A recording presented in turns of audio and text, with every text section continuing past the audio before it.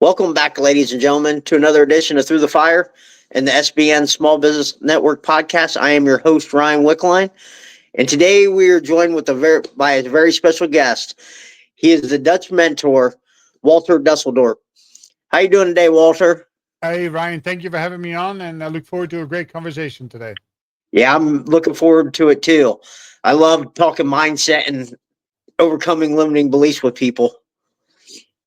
Me too. That makes two of us. That's good.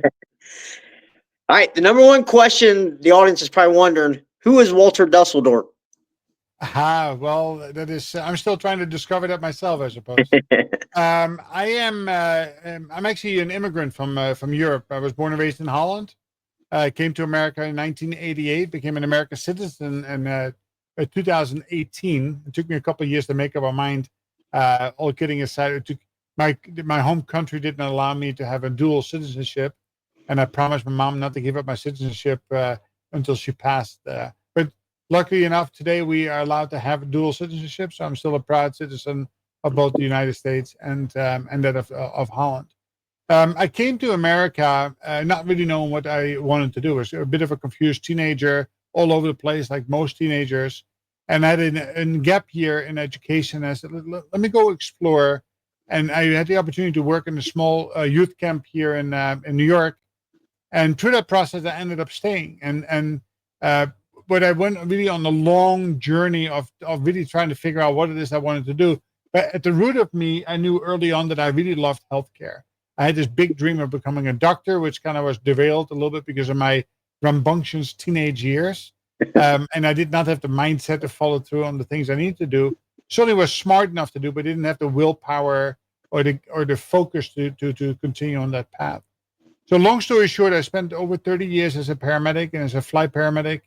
In my mid 30s, I went back to school because I had to feed more mouths. I had 5 kids, so it was important to make a little bit more money. I went back to school, got my bachelor's in economics, my master's in business, and then got my fellowship done, and started working my way up the career ladder in a healthcare environment, for-profit, non-for-profit, and in a public health system, which I greatly enjoyed. But in that process, I learned often the hard way that becoming a leader is not so easy, and it took a lot of trial and tribulation along the way in order to learn the right way of leading. Lucky enough, I got some great exposure to great mentors, and that then instigated me to start writing books about leadership, and that's what I've been doing over the last 10, 15 years since 2011, and have since adopted a new strategy of being a mentor rather than being a coach. In other words, leading from deep personal experiences. And that has really helped me become the person I am today. So I love giving back. I love paying it forward. I love spending time with people who are struggling in their personal life. I work pro bono with people who got laid off and don't have the financial means to work with a mentor in order to be able to find the right new role for them to work in. And that's really, my journey in short. Awesome. Now, you gave us a lot to unpack there. I mean, you have a vast array of experiences. Yes. And I didn't even mention that along that way, I also have a deep passion for aviation. I am a fixed wing pilot. I'm also a certified helicopter instructor and that is something that I'm pursuing now as I go into my retirement years. That the combination of coaching and mentoring and teaching new aviators how to fly helicopters and airplanes. Awesome.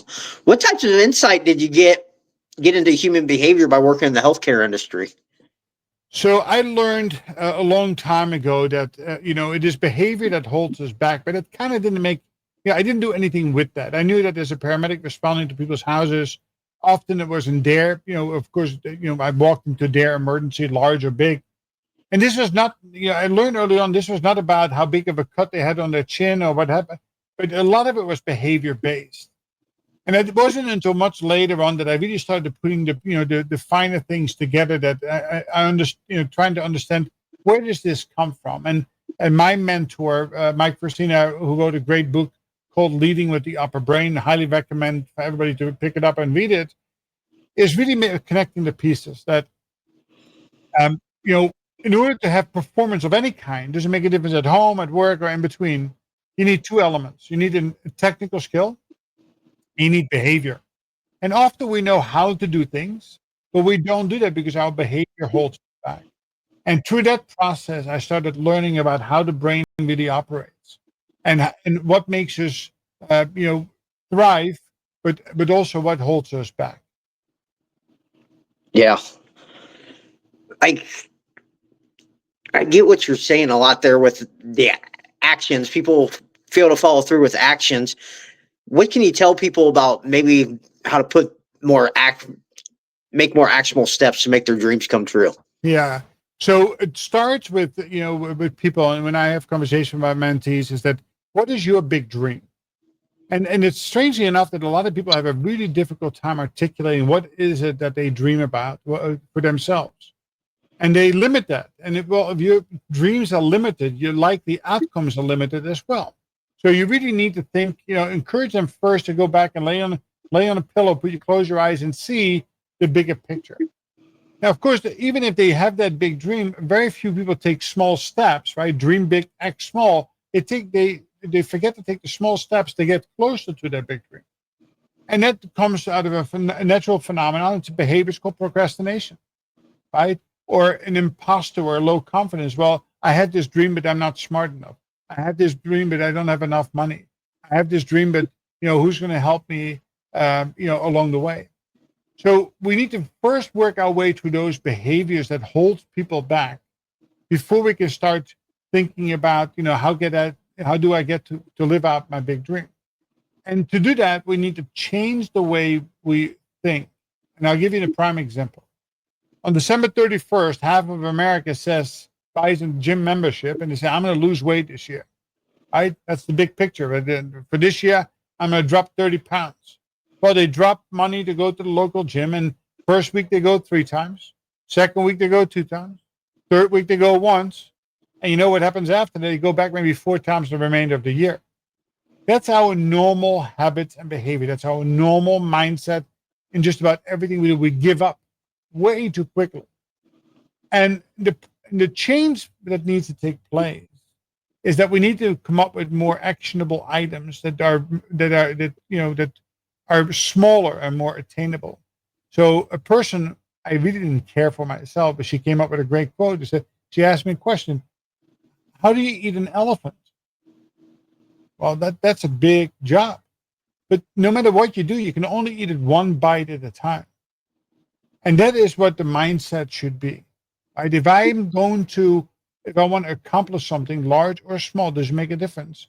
Break it down to bite-sized pieces and hold yourself accountable to that bite size and set up a cadence that works for you to get to the end goal. So in technical terms, we call these SMART metrics, right? We need to be very specific. We need to measure. It needs to be attainable. It needs to be realistic, and it needs to be timely. If we put those 5 things into play, so we have something that, for example, I want to drink more water. I need to drink 8 glasses of water per day. That seems like, oh my God. You can only drink 1 glass at a time or 1 sip at a time, right? But if I can write that down to myself and make a contract, I'm going to drink more water, 8 glasses per day, and I'm going to evaluate my own behavior over every day that I do it. And by saying it, this morning I woke, how did I do yesterday? I had 8 glasses, I color it green. Now my brain knows that I accomplished something that makes me feel better. If I only had 6 glasses, I make it yellow. If I only had 4 glasses or less, I make it red. My brain also knows how to interpret that. So we need to make these connections between behaviors and measurement in order to be able to hold ourselves accountable. And a lot of people struggle with self-accountability. So what is the next best thing? Well, find an accountability buddy. So if you can afford it, you find somebody like myself to be a mentor who will make one of the things we do on a weekly basis, our conversations, I hold you accountable. Really, you're learning how to hold yourself accountable. If you can't afford, then find a friend or find somebody, a peer, who is willing to be a weekly check-in, to hold yourself accountable, to going to the gym, drinking more water, exercise. It doesn't make a difference what it is. But that's the difference that you need to bring to the table in order to be able to get to where you want to go to reach that ultimate big dream. Awesome. I love that advice. What inspired you to get into coaching and mentorship? Well, of course, my own struggle, right? It is that along the way, as a technical person, being a paramedic, and I would consider myself as a high-performing paramedic, I was given the opportunity to become a supervisor. And then I said, oh, now I need to lead people. How do you do that? Now, there are some people who have the innate ability to lead, but that's far and few in between. Most people will become the leaders that they have worked with, and that's not very good. There's too many leaders, especially the older generation, that's very command and control, hard-nosed, driven, do as I say, not as I do, yelling, screaming, hooting and hollering, and very directive. And that's not the way to lead, right? That's the main, and people don't thrive in those types of, in those cultures. Maybe in the past, but not today anymore. And certainly not the millennials or disease will not function well in those areas. So I felt that I needed mentorship, and I was lucky along the way that I met three great people: Ed Horton, Mike Frasina, and Mark Oborn. Three people who have played a significant role in the forming of my ability to become an effective leader. And each one of them, very different walks of life, provided me with either support or and guidance in order to become a better version of myself. And that is something that I noticed that nobody's going to give it to you unless you go out and get it. Each one of those mentors, I found. I asked them to be my mentors, asked them to be my accountability partners. And through that process, I learned that if I want to have an impact on other people who are struggling, I need to, position myself as a mentor, not as a coach. So again, I don't want to be a mentor to prevent you from making mistakes. I want you to become, I want you to become a mentee, and of course, a future mentor based on deep personal experiences along the way. That includes some failures, because again, we learn much from our failures. That is so true. Most people don't get that failure is the thing that's going to keep you going. And if you don't give up, that you're going to learn so much more from your failures than anything else. Well, listen, the truth is, right, if I come across somebody and I interview somebody and they went straight from A to Z without making stops at B, C, K, L, M, N, O, P, that I don't want that person. Right? That person was elevated from the ground floor to the top floor without ever experiencing difficulty. Likely they were placed in that top position rather than, have earned it along the way. It is critically important that we experience failures along the way, and we try to mitigate them so we don't kill anybody. But again, and good failure is something that you can learn a lot from. And that really has to be the mindset, right? Is that fail fast, fail forward. Elon Musk says always that, aren't you afraid? What do you fear? And his simple answer to that is that, I fear nothing because I stare fear straight in the face. Once you learn how to stare fear straight in the face, it goes away. We are the limiting factor, not what is in front of us. We just need to work our way through that. Sometimes alone, sometimes we seek help from the outside. But we need to be able to see our way through it and actually do it. And if we fail perfectly fine, we just pick ourselves up and we try again and we try again and we try again. Yeah. So you mentioned fear. What's probably the biggest fear you probably deal with as you mentor people? Well, imposter syndrome is the number one, clearly. Most people don't think that they have the capabilities to be a better version of themselves or to be a highly effective leader of many. So what happens is they might see themselves going from a doer role to a leading role as a team leader or supervisor, but they limit themselves to that level. They don't see that they could become directors and senior directors and AVPs and VPs if that's what they desire to do, right? Some people are very successful and very happy being a supervisor or even being a frontline. That's perfectly fine. It is your life to live, and you need to set the guide. You need to set the goals for yourself. But yeah, people who have self-doubt hold themselves back, and often they're very, very talented people. and that we miss out. Therefore, it's the leader's responsibility to help identify those self-doubters and support them, guide them, coach them, mentor them to break through that imposter syndrome and that self-doubt so they too can flourish and become the leaders of the future. Yeah, exactly. What types of services do you provide? So I provide one-to-one mentorship, and I do small groups. That's primarily, uh, and that is obviously that is in a membership. People can join a membership. They meet with me on a weekly basis for 30 minutes, and they have access to me on an ad hoc basis. When I work with small groups, I meet with them 1 hour per week, very specific around project management and delivering results for their organization, while we build capability and capacity of the individual leaders through motivation, inspiration, partnerships, and learning how to become responsible leaders.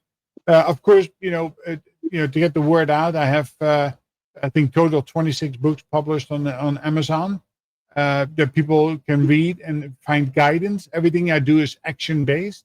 So when I talk about something, you can do something about it that same day. And people ask me, where does that come from? I said, well, we are so used to going to the classroom or to go to webinars or conferences, which are all great events. But the problem is by Monday morning, you don't remember what was said. And we don't take action. So therefore, we really don't change our habits and behaviors. So everything that I have written, and then of course you can also take this class, 3 classes online at a much reduced cost. So it's self-paced, self-guided, with some support in the process through the network. You too can really find your way to become that better person, the better version of yourself, to develop an individual development plan, to find better ways to become a leader for yourself and for your team. For that matter, become a better husband and better wife. Learning how to solve problems or root causes, and learning how to become a facilitator or a leader of a small or large team. Yeah. What have you found to be the magical key to success? Well, courage, right? In order to be successful, you need to take risks, and that requires courage. You cannot sit back on your laurels and hope that you will make it big. I always kid around and say, every week I hope I check out the lottery numbers, to see if I won the lottery. And the problem is I haven't bought a lottery ticket in 20 years. Right. So you can sit there and hope that you will reach your dreams, but if you don't take meaningful action, those dreams will never come true. So have a little courage, put yourself out there, step up. And one thing that I've seen especially in the mentorship now is that women are much better at stepping forward and saying, listen, I need help. I'm seeking mentorship. I'm willing to pay for it because I know it will help me. It will accelerate my career path, and it will allow me to reach my dreams. Men, and this is behavior based, are more reluctant because their pride and ego stands in the way. They have this phenomenon of like, I know it already, or I'll figure it out, rather than saying, I don't know, and I would like to learn. And once, men break through that self-imposed, obstacle, it's amazing how well they actually do in these programs. But it takes courage. So therefore, courage is the word. Awesome. So you're telling me you haven't won the lottery yet? Well, of course, I have won the lottery in life by having a beautiful life, by getting up every morning, having 5 kids, and get to fly airplanes and helicopters and take care of patients. Yes, that is my lottery. And my kids always say, Dad, are you rich? I said, indeed I am. I said, I'm rich with love. And that is far more valuable than any dollar in my bank account. I love it. How would you recommend someone become a better version of themselves? Well, it starts by looking inward. Is by making yourself vulnerable and to really learn more about yourself. And don't skip that. Right? You can go past you're learning about self before you start learning about others. So it is start reading, start following podcasts, start learning about yourself. Go look up Simon Sinek on YouTube and listen to his Starting with Your Why story. Seek a coach and a mentor. again, it has to start with understanding yourself first. I love it. That's one of the biggest problems I see with a lot of people is they're so scared to actually develop self awareness and look inward to see where they're weak or where they're strong at. You know why that is? Because they know there are broken pieces in self, and in order to admit to it, that takes courage. But more importantly, it takes work to get through that. And again, people are afraid of looking inward and seeing what is broken and working on these things. I tell you, every single last person I work with, when they go through that moment and they feel like an 80-pound chain has been lifted off their shoulders. And sometimes it's easy as one conversation. Sometimes it takes 10, 15 conversations in order to get there. But, listen, part of leadership, you have to be in good mental, physical, spiritual, physical, and relationship wellness in order to become a highly effective leader. And by the way, you don't need to be a leader of many. You can be a leader of yourself, right? You are the leader of you. You need that foundational strength in order to become the best version of yourself. So being vulnerable, having courage, looking inward, seeking help, even going to counseling if necessary, are all good things to make you better. Yeah, you touched on something right there too, like about leading yourself. I found out that most people aren't going to follow you anyways if you can't lead yourself. 100%. And it's one of the functions of a leader is to create more leaders, not create more followers. Right. Right. And that is something that why would anybody follow me, or why would anybody want to become a leader under me if I don't lead with motivation or inspiration or courage or show that I can be vulnerable, right? That I can be a situation or a servant type leader. Right. How could someone accelerate their career? Well, again, I think the first thing they need to do is to really start dreaming big. Right? They really need to have a vision for themselves or where they want to go. And then it is about learning how to measure. So knowing where you want to go is easy, right? I can tell you, I want to go A, B, and C. Well, how do I get there? How do I design a journey for myself that has key milestones along the way? So it is very difficult to perform if you don't measure. But if you measure, you will perform. You'll become a better. You will accelerate it if you measure frequently. And that is something I encourage all my mentees to do: is to adopt a scorecard and start, scoring their own habits and behaviors on a daily basis. Those Wow, who do accelerate. that's an interesting idea. So you have them scoring themselves for every every day for every action they take. Usually, I try to encourage them to pick up 1 to 3 things that they want to focus on. More than that is, becomes diluted, and they should self-assess every day, the next day, how well did I do? Right? Red, yellow, and green. If they're green and they do this for long enough and it becomes a new normal, it becomes a blue. If they have yellows and reds or more than 1 or 2 yellow and reds in a row, then you have to say, why is that? What am I not doing? What correction do I need to make in order to get into the green? What consequence should I have? So if I have yellows and reds in my drinking water every day, well, then I shouldn't be going to Starbucks and get my favorite drink. You don't need to be mean to yourself, but you do need to have meaningful countermeasures or consequences if you're not meeting your own performance metrics. Right. Why should someone network, and how should they go about it? Yeah, listen, network has to be one of the top, focuses of anybody who seeks to become a professional. And the reason why that is that, you can apply for a job at the frontline level, maybe a supervisor, manager level. But anything beyond that, most of those positions are filled through networking. So networking can be done on LinkedIn, can be done on YouTube, on any other social media accounts. The key thing is that you need to establish a personal brand. You need to get to know and understand yourself, and you need to represent that wherever you go. No different than somebody who wears a uniform at McDonald's or Starbucks or Chick-fil-A or Adidas or Nike. You're representing your brand, and your brand is very vulnerable. It's like a balloon, right? If you don't You poke it, your balloon pops. Well, your personal brand can pop if you go off and into left field and do something that is ridiculous. So it is really, really important for yourself to learn how to promote yourself and promote your personal brand and represent that wherever you go. And then networking, right, is going to events and associations, participate in dialogue and posting, but do it all from a professional standpoint, right? Whatever, again, if you want to if you take pictures for a living, you might need to go to Facebook and go look at, moms of Ohio. Well, if I want to go want to teach flying, then I need to go to my to a website that where other pilots or student pilots might be, right? So you need to figure out where your audience is, and that's where you need to build a network. Good advice. How should someone prepare for an interview? Well, that's a whole art on its own.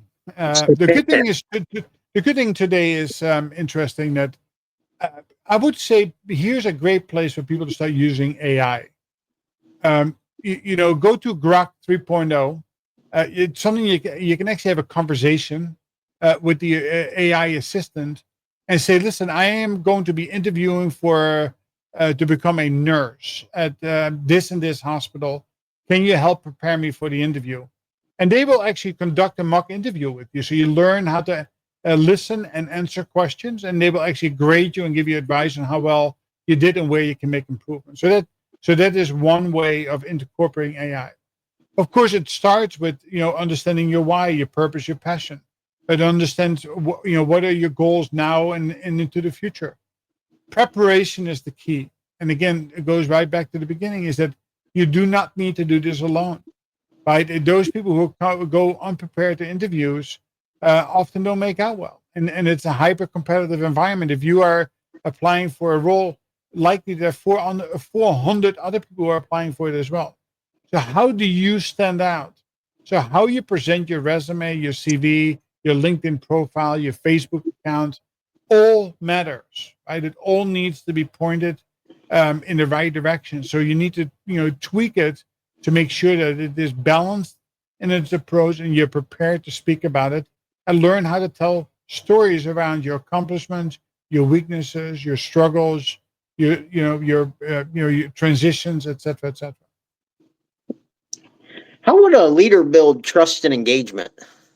Well, listen, if you don't have trust, there is nothing else can be accomplished, right? So trust is what we call the non-negotiable in the equation of performance. So the equation is performance equals trust multiplied to engagement.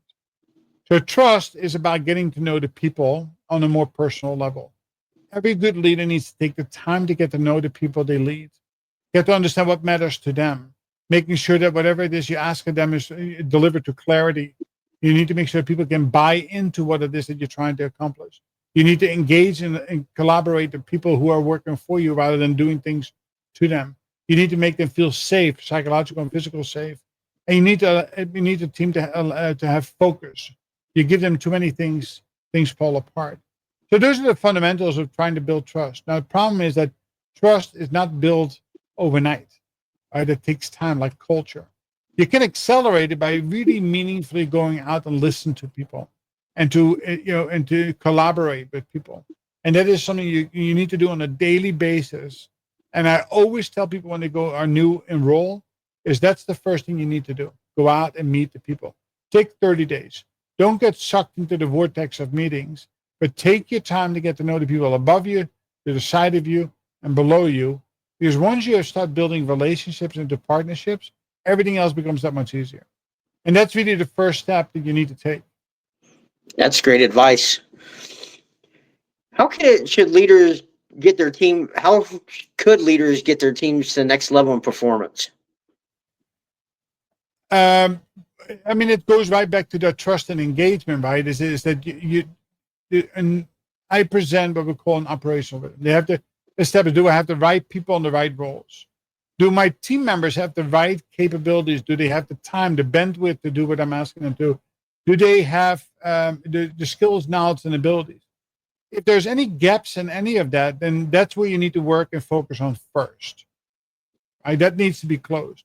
Once you have that, you want to establish what we call a team concord.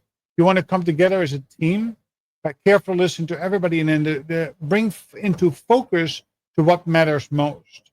Once you have that, you want to measure the things that matter most, and then you need to hold each other and self accountable, be accountable to self, and hold the team accountable on a weekly basis.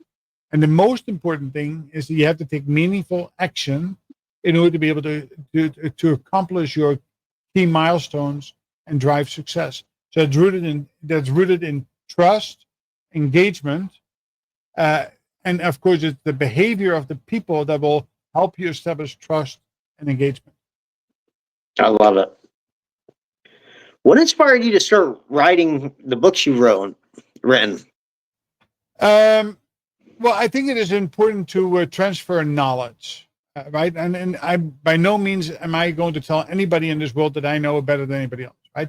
We are taking information from different sources, we're putting it together, and hopefully I make it a little bit better. Somebody will take a little bit what I wrote and make it even better after, right? So we're all part of a journey called life, and each one of us has an opportunity to share our experiences with others, either through coaching and mentorship, in person, or sometimes you do it in writing. And I've chosen to write. I really enjoy writing, and it is, most of my books are written from deep personal experiences, and it's truly, especially the last three are guides. You can actually pick it up and follow it step by step, and start taking meaningful actions on a daily basis yourself, in order to start become a better version of yourself, and then, of course, improve the overall performance of self and team.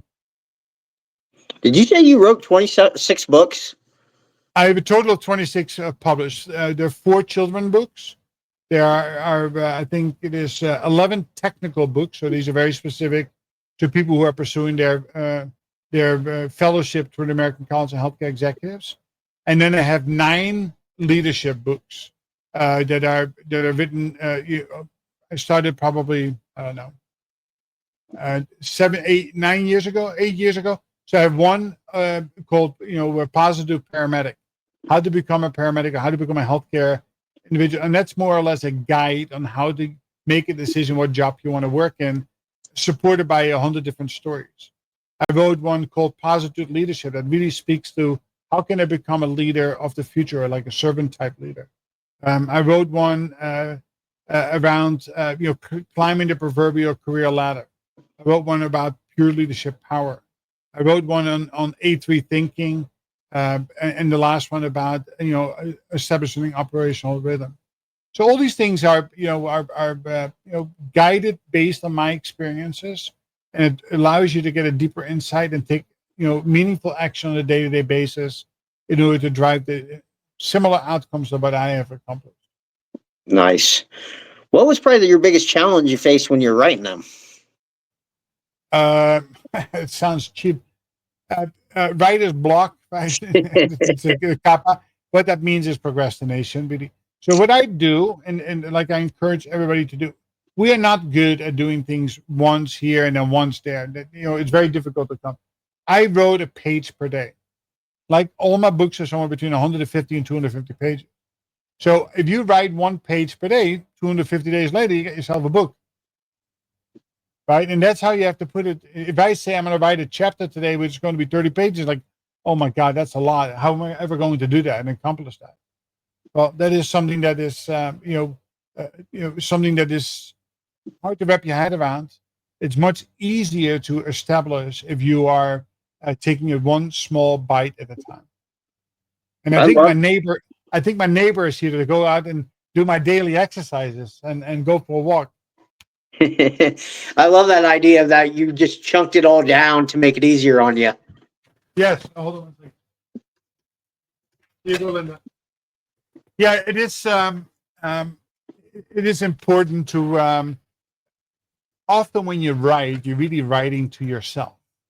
Right? That's why you do things. Right? It's really That's why you have a scorecard. It is something that you remind yourself of. And that you hope that your kids will read it too, but that's not a given, by the way. That's funny. What's been the most rewarding part of writing them? Finishing it and hitting the button that says publish. One thing is that you have to remember that the given is this: self-publishing is the way to go. If you want to go be published by big publishing houses, very, very, very expensive. So somebody told me a long time ago, he said, "Listen, Walter, you will only sell 200 books." He said, "What?" Yeah, because you don't have any more family and friends, and that's true, right? So I still see that my books are being bought, one here, one there, a box here and a box there. So if my book has impacted one person positively, and I know they have, then that's all. I'm satisfied. Right? Anything beyond that is gravy. And that is so you don't write books to make money. You write books to share experiences, knowledge, and knowledge. And if somebody takes something away from it, it's great. I'm very happy about that. And often I give my stuff away for free. Yeah, awesome. So you started speaking. What led you to start becoming a keynote speaker? Yeah, I mean, by invitation, right? Is it people who have heard from you and they want to now bring it to a larger audience? Certainly, as an executive in my roles, I often speak in front of large audiences. So over time, you learn how to become an effective public speaker.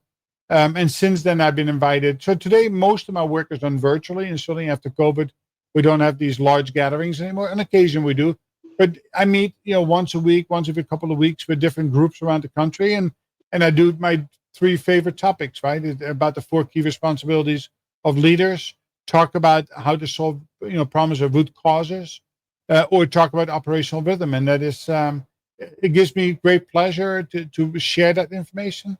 And of course, the secondary goal is that it's another great way to make connections and potentially, paying clients. Yeah. What are your long-term and short-term goals? Uh, well, happiness and health are first and foremost. My goal is to finish up my fixed wing teaching certificates by the end of the year. So I'll have both my helicopter and my fixed wing teaching certificates, and start working a little bit in that area. So I can, I wrote a book about aviation and too, by the way. And so that's one of my goals that I've set out for the end of the year. And then continue to coach and mentor as I do today. Do a little public speaking. Maybe I'll write another book, most likely at some point in time. But just live a good life. Yeah, great goals. How important has personal development and upgrading your mindset been for you along this journey? Listen, if you want to go places, you need to have a growth mindset. It's paramount. So you need to be in a mindset that you can, that nobody can stop you from what it is that you want to accomplish. And if you feel you're suffering from that imposter syndrome or so low confidence, then go seek some help, get some counseling, overcome that. But develop yourself a growth mindset. Yeah, I couldn't agree more. What was one book you'd probably recommend for personal development or mindset? I think I go back to my mentor's book, Leading with the Upper Brain by Michael Forcina. It's available on Amazon as well, where it really allows people to get a much better understanding on how our brain functions from an upper brain and lower brain perspective.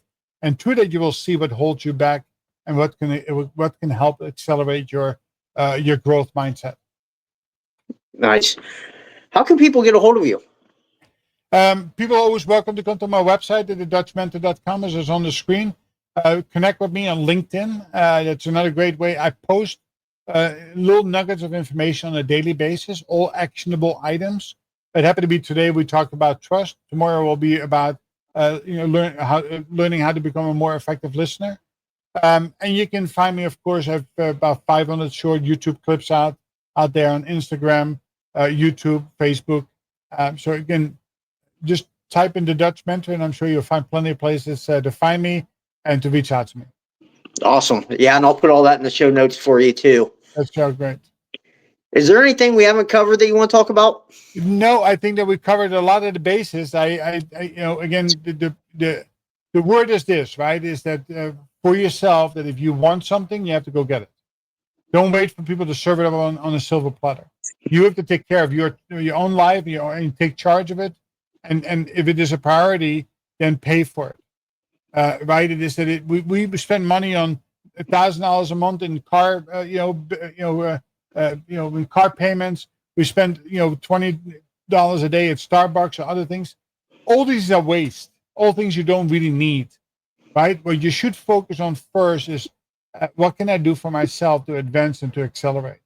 And that is that is something that you are in charge of. You need to lead by example. Great advice. So, final question. What is one piece of advice you'd like to leave our listeners with about overcoming adversity? More than anything else, have the courage to take action. Awesome. Simple as that. Great advice. I think we say it's simple, but it's actually kind of hard, the hard part. But we gave you, and if they listen to the whole event and they got to this particular part of the show, then they know what to do to break free Yeah. and to have courage and to take action. Yeah. Remember, Great advice. Remember, to eat an elephant, you can only do it one bite at a time. Love it. Well, Walter, thank you so much for coming on here and sharing your great insight with all of us. Thank you, Ryan, for the invitation, and much success with your show. And let's hope that we impacted one person positively. It was worth our time. Yep. Couldn't agree more. Well, guys, that's going to be all the time we have here today. Remember, the only way to get what you want is go through the fire.